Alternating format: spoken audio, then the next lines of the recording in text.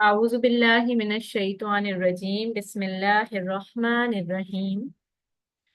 السلام علیکم ورحمۃ اللہ وبرکاتہ سبحان اللہ وبحمدہ سبحان اللہ العظیم الحمد للہ رب العالمین والصلاة والسلام علی رسولہ الکریم رب اشرح لی صدری ویسر لی امری واحلل عقدۃ من لسانی یفقہوا قولی ربی یسر ولا تعسر وتمم بالخیر وبک نستعین یا فتاح یا معین۔ آج انشاءاللہ ہم لوگ حضرت عبداللہ بن جہش رضی اللہ تعالی عنہ کے بارے میں پڑھیں گے۔ ان کے بارے میں کہا جاتا ہے کہ یہ جو ہیں اسلام کے پہلے عسکری قائد اور شہید احد بھی تھے۔ آپ صلی اللہ علیہ وآلہ وسلم کی پھپھی کے بیٹے تھے،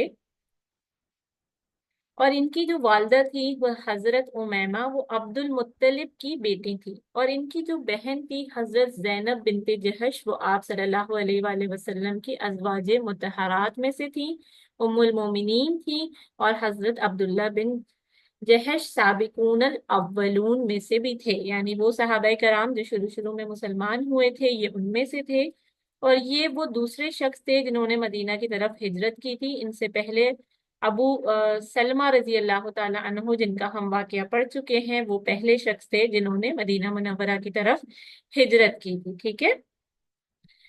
تو جب یہ مکہ مکرمہ سے مدینہ منورہ جو ان کی فیملی وغیرہ سب چلے گئے، تو جو ان کے پیچھے گھر تھے، مکانات وغیرہ تھے، وہ بنو جہش کے وہ سارے گھر جو تھے وہ خالی پڑے ہوئے تھے۔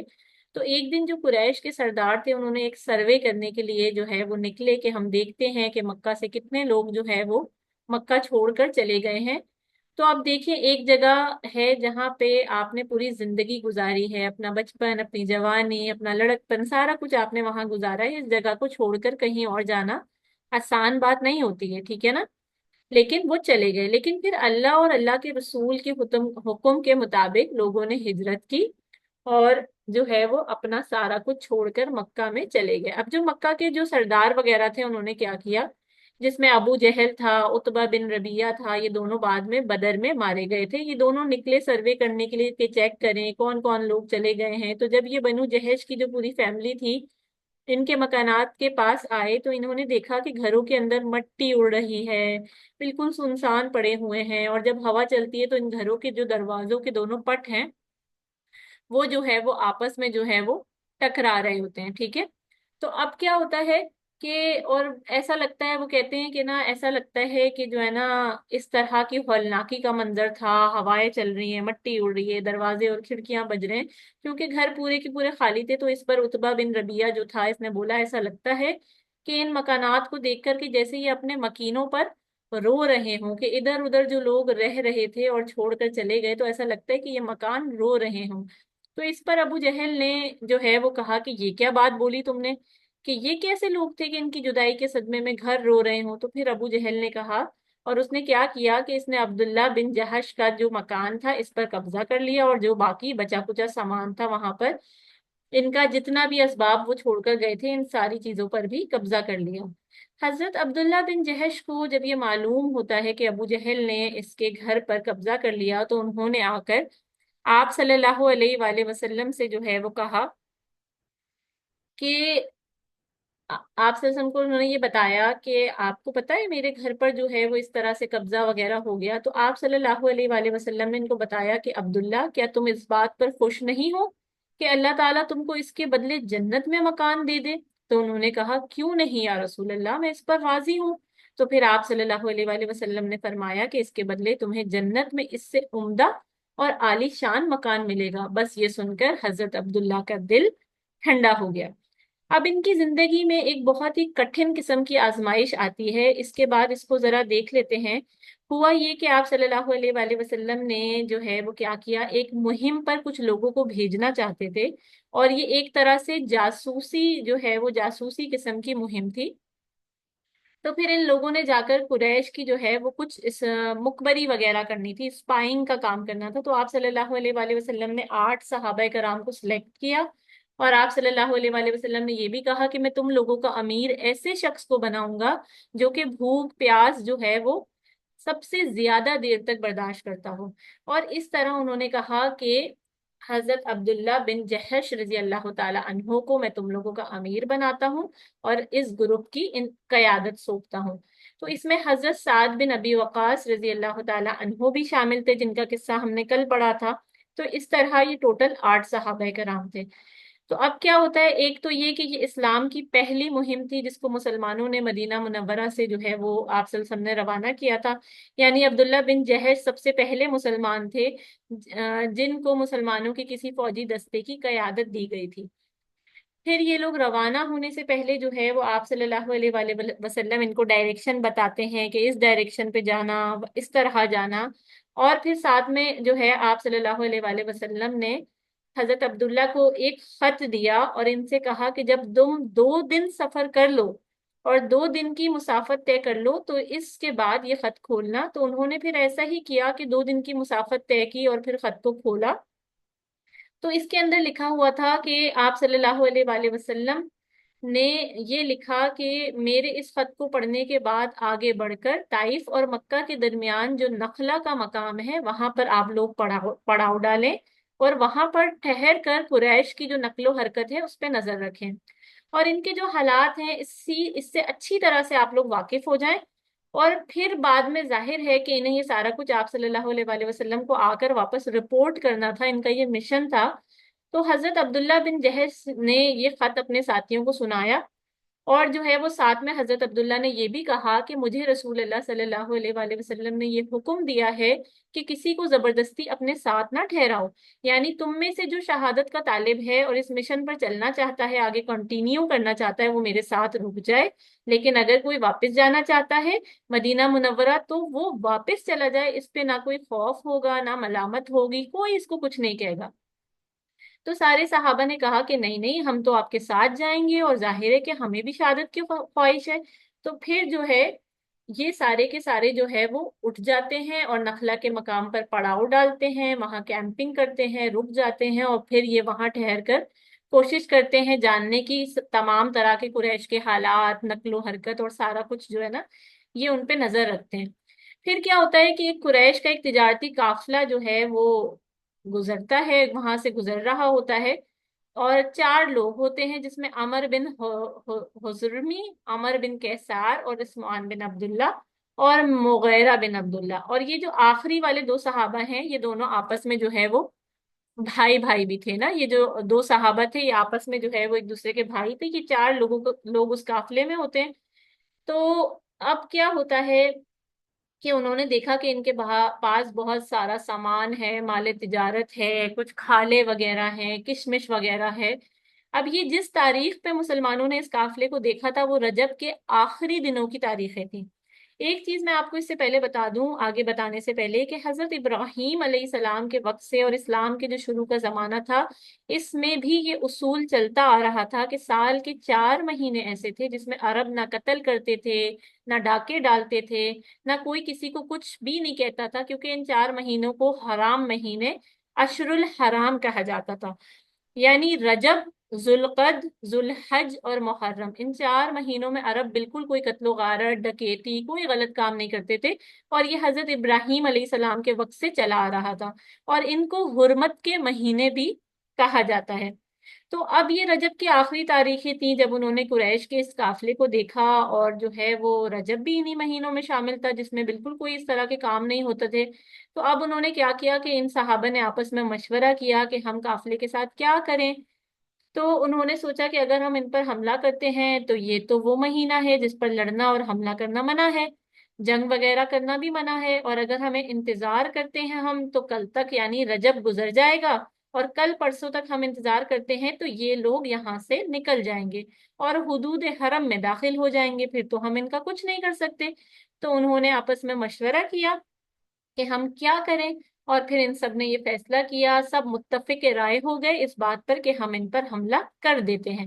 اب جب انہوں نے حملہ کیا تو ایک کو قتل کر دیا، 2 کو گرفتار کر لیا اور چوتھا شخص جو تھا وہ وہاں سے کسی طرح بھاگ گیا۔ اور جتنا سامان تجارت تھا، جو لدے ہوئے ان کے اونٹ وغیرہ تھے، وہ سب کچھ لے کر اور دو قیدیوں کو لے کر مدینہ کی طرف روانہ ہو گئے۔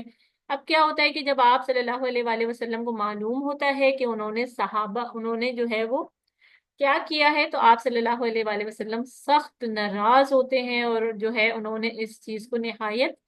ناپسند کیا نا، اور کہا کہ اللہ کی قسم، میں نے تمہیں جنگ کی اجازت نہیں دی تھی، میں نے تمہیں صرف اور صرف یہ کہا تھا کہ قریش کے حالات معلوم کرو، ان کی نقل و حرکت کو دیکھو کہ وہ کیا کر رہے ہیں، کیا منصوبہ بندی کر رہے ہیں، میں نے آپ کو ان پر حملہ کرنے کا نہیں کہا تھا، نہ یہ کہا تھا کہ آپ ان کا مال یا ان کے لوگوں کو قیدی بنا کر لے آئیں۔ تو آپ صلی اللہ علیہ وآلہ وسلم بہت ناراض ہوئے، انہوں نے قیدیوں کے معاملے میں کوئی فیصلہ نہیں کیا، اس کو جو ہے وہ ملتوی کیا، اور جو مال غنیمت یہ لوگ ساتھ لائے تھے اس سے بھی آپ صلی اللہ علیہ وآلہ وسلم نے بالکل اعراض فرمایا، اور اس میں سے کوئی چیز بھی آپ صلی اللہ علیہ وآلہ وسلم نے نہیں لی۔ اب یہ حضرت عبداللہ بن جہش اور ان کے جو ساتھی تھے وہ سخت پریشان تھے، ان کو سخت صدمہ پہنچا، وہ اپنے طور پہ یہ سوچ رہے تھے کہ آپ صلی اللہ علیہ وآلہ وسلم خوش ہو جائیں گے، مگر کیونکہ یہ حکم ان کو نہیں دیا گیا تھا، تو آپ صلی اللہ علیہ وآلہ وسلم کے حکم کی خلاف ورزی کرنے کی وجہ سے وہ اتنے پریشان تھے کہ وہ کہتے تھے ہم تو بس اب تباہ و برباد ہو گئے، اب تو ہم کچھ بھی جو ہے نا وہ ہم نہیں ہیں، اور جو ہے نا ہم بس برباد ہو گئے۔ اور صرف یہی نہیں بلکہ جو مسلمان تھے، اب یہ وہاں سے جو یہ لوگ جہاں سے بھی مدینہ کی گلیوں میں سے گزرتے، تو کیا ہوتا کہ آتے جاتے لوگ کہتے یہ وہی لوگ ہیں نا جنہوں نے رسول صلی اللہ علیہ وسلم کے حکم کی مخالفت کی، یہ وہی لوگ ہیں نا، کیونکہ باقی مسلمان یہ محسوس کر رہے تھے کہ جب ان کو حکم نہیں دیا گیا تو انہوں نے ایسا کیوں کیا۔ تو اس وجہ سے اب یہ لوگ سخت پریشان تھے، اللہ تعالیٰ سے تو یہ لوگ معافی مانگ ہی رہے تھے، مسلسل مانگ رہے تھے، کیونکہ صحابہ کرام تو مسلسل اللہ تعالیٰ سے توبہ کرتے رہتے تھے، مگر آپ صلی اللہ علیہ وآلہ وسلم بھی ان سے ناراض ہیں، اور اس کے بعد مسلمان جو تھے وہ بھی ان کو دیکھ کر یہ سوچتے تھے کہ دیکھو انہوں نے نبی کا حکم نہیں مانا، ان کی بات نہیں مانی۔ اور اوپر سے کیا ہوتا ہے کہ جو عرب تھے نا، عرب میں قریش نے خوب پروپیگنڈا کیا، اور اس بات کو خوب اچھالا کہ یہ دیکھو یہ محمد کے جو لوگ ہیں نا، اور یہ جو محمد ہیں انہوں نے حرام مہینے کو حلال کر دیا، اس میں انہوں نے قتل و غارت کی، اس میں انہوں نے مال لوٹا، اس میں انہوں نے آدمیوں کو ہماری گرفتار کی، یعنی جو پورا جو ہے نا وہ پینسیولا تھا عرب کا، اس میں اس بات کو بہت زیادہ جو ہے ان لوگوں نے اچھالا اور خوب بڑھا چڑھا کے بولا، اور نہایت ہی جو ہے نا وہ پورے عرب میں ٹینشن والا ماحول ہو گیا۔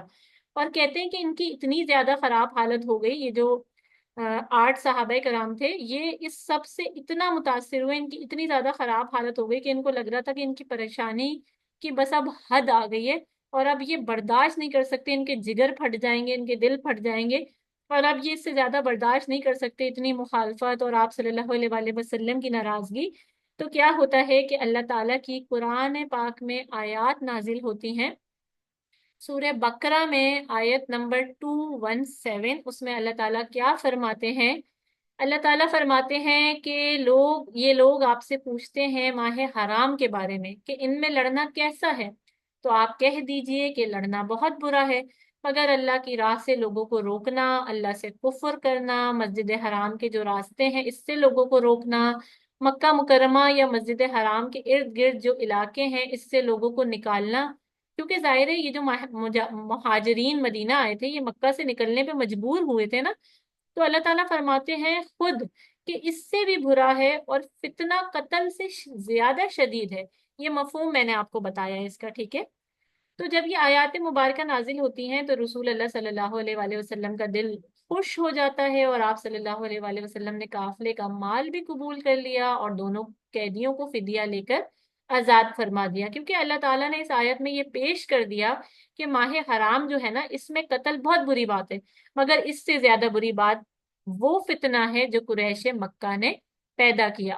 تو اس طرح اللہ تعالیٰ نے ان صحابہ کرام کو ثابت کیا اس آیت کے ذریعے، تو وہ سب صحابہ کرام حضرت عبداللہ بن جہش اور ان کے جو ساتھی تھے وہ سب بہت خوش ہو گئے، اور اس غزوے میں جو مال غنیمت حاصل ہوا تھا وہ اسلام کا سب سے پہلا مال غنیمت تھا، اور اس میں جو قیدی پکڑے گئے تھے وہ بھی پہلی دفعہ مسلمانوں نے کسی کو قیدی بنایا تھا، اور اس مشن کا جو جھنڈا تھا وہ پہلا جھنڈا تھا جو رسول اللہ صلی اللہ علیہ وآلہ وسلم نے اپنے دست مبارک سے خود باندھا تھا، اور اس کے جو امیر تھے وہ حضرت عبداللہ بن جہش تھے۔ رضی اللہ تعالی عنہ۔ پھر بدر کے موقع میں بہت بہادری سے جو ہے حضرت عبداللہ بن جہش لڑتے ہیں، اور احد کے موقع میں کیا ہوتا ہے کہ جو ان کے دوست تھے نا حضرت سعد بن ابی وقاص رضی اللہ تعالیٰ عنہ، ان کے ساتھ یہ احد میں کھڑے ہوتے ہیں، اور حضرت عبداللہ بن جہش ان کو کہتے ہیں کیا تم اللہ تعالیٰ سے دعا نہیں کرو گے لڑنے سے پہلے؟ تو حضرت سعد نے کہا ہاں ہاں کیوں نہیں کروں گا۔ تو جہاں پر مسلمانوں کی فوج کھڑی تھی نا، تو یہ دونوں جو دوست ہوتے ہیں نا، یہ دونوں تھوڑا سا الگ ہو کر خلوت میں چلے جاتے ہیں، اور اس میں جو ہے وہ پھر حضرت سعد بن ابی وقاص پہلے دعا مانگتے ہیں۔ تو وہ دعا مانگتے ہیں کہ اے اللہ، اے میرے رب، جب دشمن سے میرا ٹکراؤ ہو تو میرا مقابلہ کسی ایسے شخص سے کروانا جس کی گرفت نہایت سخت ہو، جس کا غضب شدید ہو، میں اس سے لڑوں، وہ مجھ سے لڑے، اور آپ مجھے اس کے اوپر غلبہ عطا فرمائیں حتیٰ کہ میں اسے قتل کر دوں اور اس کے اسلحہ پر قبضہ کر لوں۔ حضرت سعد نے یہ دعا فرمائی، اور اب حضرت عبداللہ بن جہش نے اس پر آمین کہا۔ اب حضرت عبداللہ بن جہش کی دعا کرنے کی باری تھی، تو انہوں نے کہا اے اللہ، میدان جنگ میں میرا مقابلہ نہایت قوی اور غضبناک شخص سے کروا، میں آپ کی راہ میں اس سے جنگ کروں، وہ مجھ سے لڑے اور وہ میرے اوپر غالب آ جائے اور میری ناک اور میرے کان کاٹ لے، اور جب قیامت کے دن میں آپ کے سامنے کھڑا ہوں تو آپ مجھ سے پوچھیں کہ اے میرے بندے، آپ کے ناک کہاں ہیں، آپ کے کان کہاں ہیں؟ تو میں کہوں کہ اے اللہ، وہ آپ کی اور رسول اللہ کی راہ میں کٹ گئے، اور آپ کہیں کہ ہاں، کہ میرا رب مجھ سے اس وقت کہے کہ ہاں بالکل تم نے سچ کہا۔ حضرت سعد نے جب یہ دعا سنی تو انہوں نے دل میں سوچا کہ ان کی دعا تو مجھ سے بہت اچھی دعا نکلی اور مجھ سے بہت بہتر دعا ہے۔ پھر جب احد کی جنگ ختم ہوتی ہے، لڑائی ختم ہوتی ہے، تو دیکھا جاتا ہے کہ حضرت عبداللہ بن جہش کی ناک اور کانوں کو کاٹ کر کفار قریش نے مسلح کیا، اور ان کے ناک اور کان کو کاٹ کر ایک دھاگے میں ڈال کر درخت پر لٹکا دیا۔ اور صرف ان کے ساتھ ایسا نہیں ہوا، بلکہ ان کے ماموں حضرت حمزہ رضی اللہ تعالی عنہ جو تھے، ان کے ساتھ بھی ایسا ہی ہوا، اور ان دونوں کو ایک ہی قبر میں دفن کیا گیا۔ ان للہ و انا الیہ راجعون۔ یعنی آپ دیکھیں کہ حضرت حمزہ اور حضرت عبداللہ بن جہش رضی اللہ تعالیٰ کو ایک ہی قبر میں دفن کیا گیا۔ تو یہ آپ صلی اللہ علیہ وآلہ وسلم کی پھپھی کے بیٹے بھی تھے، اور حضرت حمزہ جو تھے وہ آپ صلی اللہ علیہ وآلہ وسلم کے چچا تھے۔ دونوں شہید ہو گئے تھے اور دونوں کا مسئلہ کیا گیا تھا۔ اللہ اکبر کبیرہ۔ تو اب آپ دیکھیں اس طرح مسلمانوں پر، صحابہ کرام پر کبھی کبھی نہایت ٹینشن والی سچویشنز آتی تھی، بہت زیادہ سٹریس والی سچویشنز آتی تھی، مگر اس میں بھی وہ رجوع اللہ کرتے رہتے تھے، اور سخت پریشانی میں بس ان کو یہ ہوتا تھا کہ اللہ اور رسول ہم سے ناراض نہ ہو جائیں، ہمارا رب اور ہمارا رسول جو ہے وہ ہم سے ناراض نہ ہو جائیں۔ تو ایک واقعہ تو یہ حضرت عبداللہ بن جہش کا تھا، جن کا ہم نے اخلاص فی سبیل اللہ دیکھا، اطاعت رسول دیکھی، قیادت کی صلاحیت دیکھی، صبر و استقامت دیکھا، اور پھر شوق شہادت دیکھا۔ اسی طرح کا ایک اور واقعہ آتا ہے حضرت کعب بن مالک رضی اللہ تعالی عنہ کا۔ وہ بھی بہت مزیدار قصہ ہے کہ اس میں کیا ہوتا ہے کہ حضرت کعب بن مالک کا جو واقعہ ہے وہ غزوہ تبوک سے ریلیٹڈ ہے۔ غزوہ تبوک 9 ہجری میں ہوئی تھی، اور اس کو غزوۃ الاسرہ بھی کہا جاتا ہے۔ اسرہ یعنی تنگی، یعنی سخت تنگی کا غزوہ۔ اور یہ کیوں کہا جاتا ہے؟ ہوا اس طرح تھا کہ آپ صلی اللہ علیہ وآلہ وسلم کو خبر پہنچی تھی کہ جو رومن ایمپیرر تھے وہ حملہ کرنے کے لیے تیار ہیں مدینہ منورہ پہ۔ تو آپ صلی اللہ علیہ وآلہ وسلم احتیاطی تدابیر اختیار کرنا چاہتے تھے کہ اس سے پہلے کہ رومنز آ کر ہم پر، مدینہ پر حملہ آور ہوں، تو وہ اس کے ساتھ ساتھ ان کو نا ایک خبر اور بھی ملی تھی، وہ یہ کہ رومن ایمپرر جو تھا اس نے 1 سال پہلے ہی جو ہے وہ سب کو ایڈوانس سیلری دے دی تھی، اپنی پوری فوج کو اس نے ایڈوانس سیلری دے دی تھی۔ تو جب یہ تمام خبریں آپ صلی اللہ علیہ وآلہ وسلم تک پہنچی تو آپ نے یہ فیصلہ کیا کہ اس سے پہلے کہ وہ ادھر آئیں، ہم ان کے علاقے میں جا کر ہم ان پہ حملہ کر دیں گے۔ اب یہ غزوۃ الاسرہ کیوں ہے، سخت تنگی کیوں تھی؟ اب آپ دیکھیں آج کل جو ڈسٹینس ہے مدینہ سے لے کر تبوک تک کا، اگر گاڑی سے جایا جائے ڈرائیو کرتے کر کے، تو وہ تقریباً 500 سے 600 کلومیٹرز تک کا فاصلہ ہے۔ اور آپ صلی اللہ علیہ وآلہ وسلم اور ان کے جو صحابہ کرام تھے وہ تو اونٹوں پر تھے، گھوڑوں پر تھے، تو آپ سوچیں کہ 500-600 کلومیٹر کا راستہ ہے۔ دوسرا یہ کہ کھجورے پکنے کا موسم تھا، یعنی پورے سال کی جو لوگوں کی محنت تھی اس کا پھل بھی نکلنا تھا اور اس کو اتارنا تھا۔ اب اگر وہ روانہ ہو جائیں گے تو وہ پھل کون دیکھے گا، کون اتارے گا؟ تو کھجوروں کے پکنے کا موسم تھا۔ پھر کیا ہوا کہ ایک تو یہ بات تھی، دوسری یہ کہ موسم بھی شدید گرم تھا، ایکسٹریم ہاٹ جس کو آپ کہتے ہیں نا، جس میں لو چل رہی ہوتی ہے، بہت شدید گرمی کا موسم تھا۔ تو وہ کہتے ہیں کہ اس موسم میں جو باغات ہوتے ہیں نا، ان کے سائے بڑے ٹھنڈے اور خوشگوار ہوتے تھے، یعنی باہر شدید گرمی ہوتی تھی لیکن باغات جن میں گھنے درخت ہوتے تھے ان کے سائے بڑے خوشگوار ٹھنڈک دینے والے ہوتے تھے، تو لوگ اس موسم کو بڑا انجوائے کرتے تھے۔ اب اس وقت پھر کیا ہوا کہ مسلمانوں کی جو ہے وہ سخت بے سر و سامانی تھی، منزل دور تھی، راستہ بالکل بیابان تھا۔ دشمن کیسا تھا؟ دشمن اتنی کثیر تعداد میں تھا، بہترین مسلح آرمی تھی۔ اس سے پہلے جو غزوات ہوئے تھے اس میں جو آرمیز تھی نا وہ اتنی پراپر نہیں تھی، مگر یہ جو غزوہ تھا نا اس میں سامنے والی آرمی بالکل تیار، ویل اکوپڈ، زبردست ٹرینڈ ہوئی ہوئی آرمی، پہلے سے پری پلانڈ جو ہے وہ کیا ہوا تھا سارا کچھ۔ تو ان ساری مشکلات کی وجہ سے آپ صلی اللہ علیہ وسلم نے صاف صاف بتا دیا تھا صحابہ کرام کو کہ ہم تبوک کی طرف جا رہے ہیں۔ یعنی اس سے پہلے جو غزوات ہوتے تھے تو آپ صلی اللہ علیہ وآلہ وسلم پہلے سے کنفرم کسی کو نہیں بتاتے تھے کہ ہم فلانی جگہ پر جا رہے ہیں، مگر اس میں انہوں نے بتا دیا کہ ہم تبوک کے مقام پہ جا رہے ہیں۔ جبکہ اس سے پہلے کیا کیا جاتا تھا کہ کبھی اس ڈائریکشن میں کبھی اس ڈائریکشن میں، مطلب سیدھی سیدھی بات اور مقام لوگوں کو نہیں بتایا جاتا تھا۔